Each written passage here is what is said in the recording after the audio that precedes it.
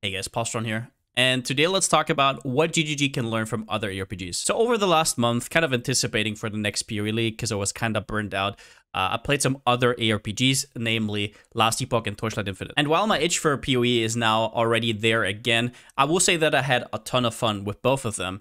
And a few things stood out that I was like, actually, I don't know why GGG doesn't change that. Now, I'm not saying that you should just yoink everything out of other games that you feel like is good, but at the end of the day, if you want to have a good product for players, there's definitely inspiration to be taken. And some of these problems we're going to talk about have been there forever, and they have been requested to be fixed forever, and nothing really has been done about them, which obviously I'm not going to pretend like I know everything behind the scenes. There's obviously reasons why they don't do certain things, so I don't in any way, shape, or form would have come across like I know better. These are just my opinions as a player. So let's get into it. At number one, we have unidentifying items as outdated and unnecessary. Now, unidentifying items is one of these old traditions in ARPGs that I think is a little bit outdated and doesn't really have much value nowadays. It started off as a nice thing because you would un-ID uniques and it could be whatever.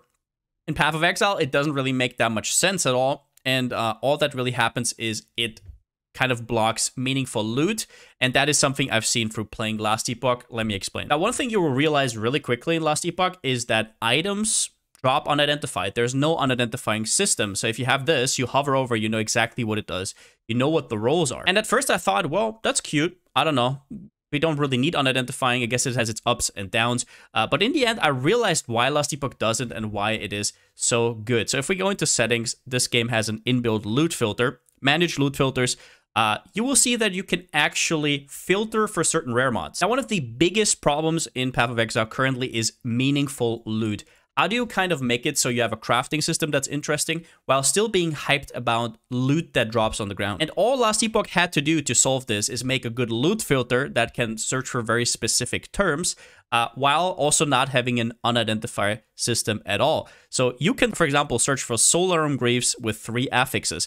You can even say out of 3 certain affixes that I want, it has to have 2. You can say it has to have all of them. It has to have 2 out of 4, whatever you want. You have a very specific thing here. You can also search for certain classes, for certain item types. For example, I only want outcast boots. And that coupled with the shard system, which basically makes it so, for example, if you find an item, any item with level of elemental nova, you can destroy it and then gain affix shards for that mod, being able to craft it on whatever item you want. This basically makes it so loot is just exciting. Whenever I run a map in Last Epoch, I pick up magic items because I can sacrifice them for affix shards. I pick up rare items because they could have 2 stats I already want, and then I craft on the rest. That is not really possible in Path of Exile, and that is all due to unidentifying. Now, there is a few advantages of this, which is gambles. For example, if you have an unidentifying system, you can gamble. Now, how much sense that makes in PoE, where you can already see what the unique is just from whatever image you have when you hover over, I don't know if it makes that much sense, but something like Watcher's Eyes gambles are pretty hype, right? You can buy them from other players and then make sort of like a gambling session. Is that important enough to make it so you don't have meaningful loot? I don't know. Then again, Last Epoch system has not really gotten through the test of time, right? It's still a new game, I understand, but then again, people absolutely love this system, and that's for a reason. So yeah, I wouldn't hold my breath that this is ever gonna change. Most people at GGG are D2 fans. I get it, nostalgia. I would say that I really like the approach that Last Epoch took on this one. All right, let's talk about number 2 here, which is quality of life. Now, quality of life, I understand, is a little bit hard to balance, sort of. On the one hand, you want to make it so people click less and less, and everything's just less annoying. And on the other hand, if you do this into infinity, basically your game will just have nothing left. However, I would say that Path of Exile has a lot to learn from other games. For example, Torchlight Infinite, which does this very, very well. Torchlight Infinite has a slew of other problems, but that's something it does very good. For example, UIs, as you will see. Now, what Torchlight Infinite does here is it has advanced auto loot. And this is incredibly bare bones right now, but it basically picks up stuff that you wouldn't want to really click on. So in Path of Exile, that would be stuff like Scrolls of Wisdoms, Blacksmith Whetstones, Chance Orbs, stuff like that. Which means that instead of having to weigh a click being worth your time versus how much is the currency worth, all you just do is all the irrelevant stuff that you still need for, I don't know, crafting, for example, you just pick up automatically. And Last Epoch has a similar system where the crafting materials, if you click once, you pick all up in a radius. So those have both good options. I'm not really sure why GGG doesn't want to do that. Maybe they're thinking about the economy. After playing this, I can actually say I love it. Then we have sorting functions, right? You can actually sort your inventory down here. Very, very nice to have. In general, I'm not sure why GGG doesn't want to do it. I'm sure there is a reason behind the scenes because it's such an easy fix. A big one also is inventory clutter. So in Path of Exile, we have a lot of fragments, splinters, all of those things. And both Last Epoch and Torchlight Infinite address this. The way Last Epoch does this is it has all its crafting materials basically not really itemized anymore. You click here, transfer crafting items, and then you can view them in here. So all the shards kind of get like soaked up. The way Torchlight Infinite solves this is even better in my opinion. It's basically just having like different tabs in your inventory. Now this is a harsh one though, because GG makes a lot of money with their stash tabs. So I don't know how much they're willing to compromise. But inventory management is getting a little bit silly at times. And then we also have stuff like in-game information. How often do you have to read the wiki to know what the hell is going on in Path of Exile, especially when it comes to crafting? So this is a problem in Last Epoch as well, but Last Epoch is a lot easier to understand. And when it comes to stuff like in Torchlight, you actually get all the information you want here. So you can click on affix list. Let me actually get a little bit out of the way here. You can click on affix list. It's going to list all the roles that you can have, and if you click on info, you can see exactly the percentages for which tiers you have to roll. You can see the percentages and the weighting, and this goes as far as Torchlight Infinite telling you in a sort of help section which uniques drop where. And while I think stuff like uniques is maybe a little bit overkill because it takes a little bit of the mystique, I guess, of the game away, I think for crafting it would be really nice. I don't really want to look at spreadsheets all the time. I don't want to consult wiki every day. And there is also this thing about having to beta test leagues. And this is not just about the power level or the rewards. This is mainly about the quality of life that I'm talking about here.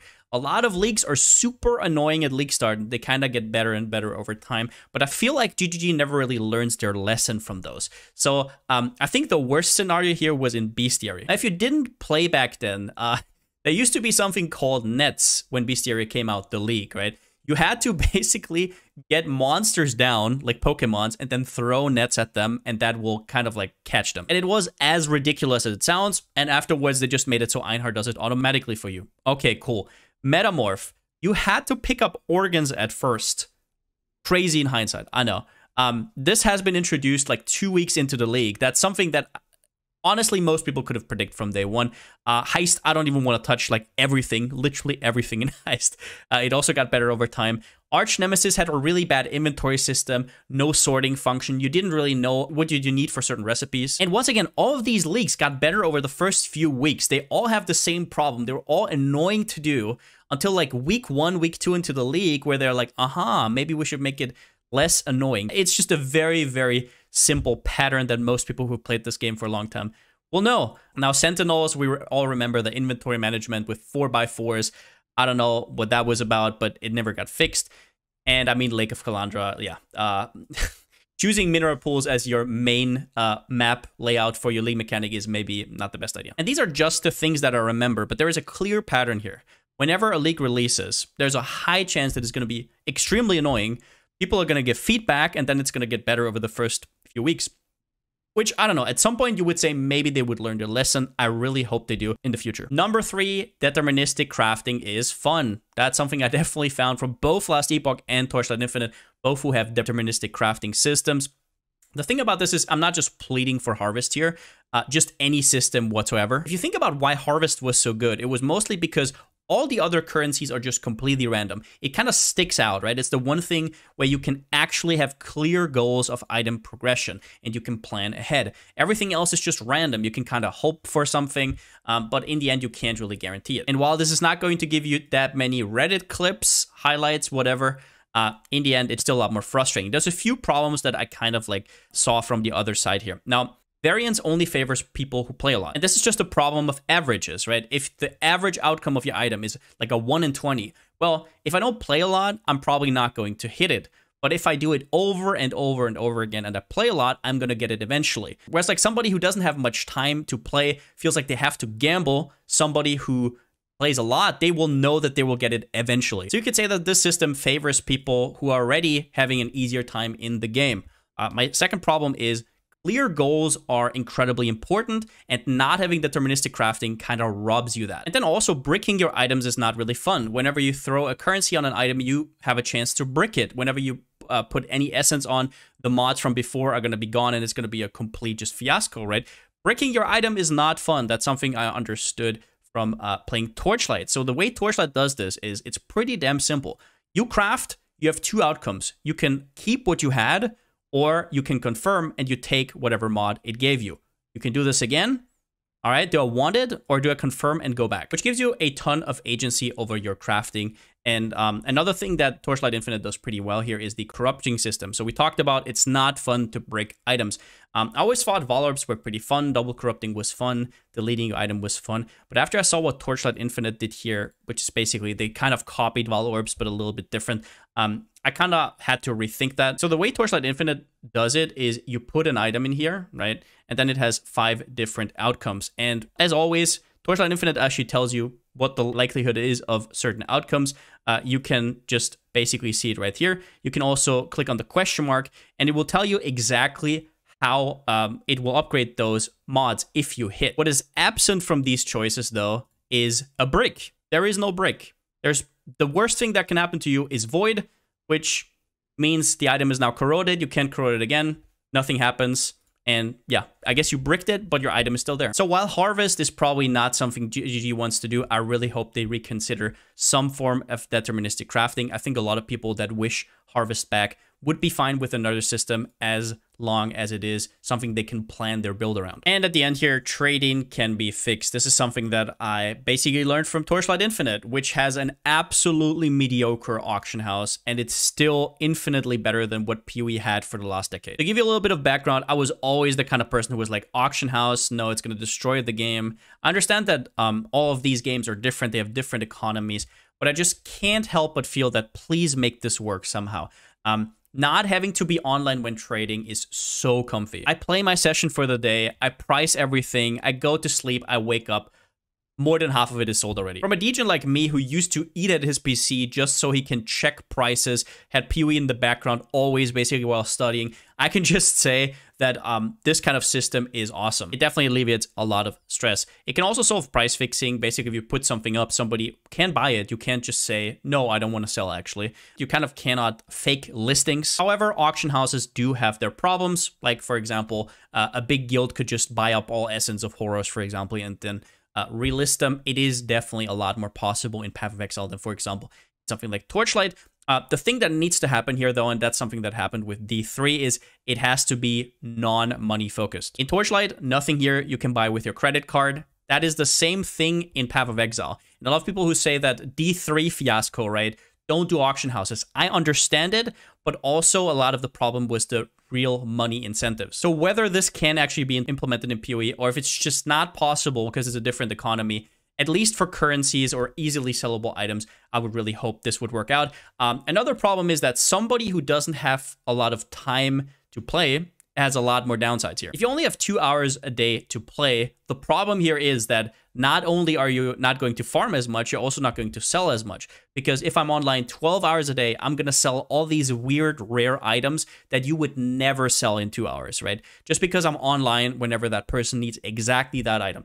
In a 2-hour window of being online that somebody is going to whisper you exactly then, almost impossible. So if you're thinking, well, I have 2 hours and somebody else who has 10 hours is going to farm 5 times as much, it's probably even worse because of that fact of having to be online. And let's be honest, being at work, having your Path of Exile open on the other monitor just to sell stuff, kind of cringe, kind of annoying. But yeah, that's basically the conclusion overall that I had. I was really surprised by both Last Epoch and Torchlight Infinite in terms of what they came up with.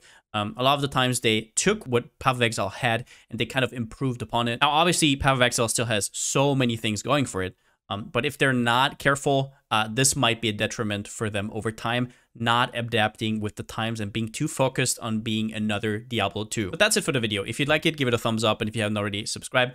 As always, a huge shout out to my Twitch subscribers and my Patreons. I couldn't do stuff like this without you. Thank you so much for the support. And yeah, really hoping GGG picks up some of these things, maybe for Path of Exile 2. Maybe they will, maybe they won't. I'm still already hyped for 3.20, so regardless, just a little bit of a nitpicky thing that I had. Overall, Path of Exile, especially and hopefully after Arch Nemesis now gets a little bit nerfed, we'll be fine. With that being said, because I still don't have a slogan. See you next time.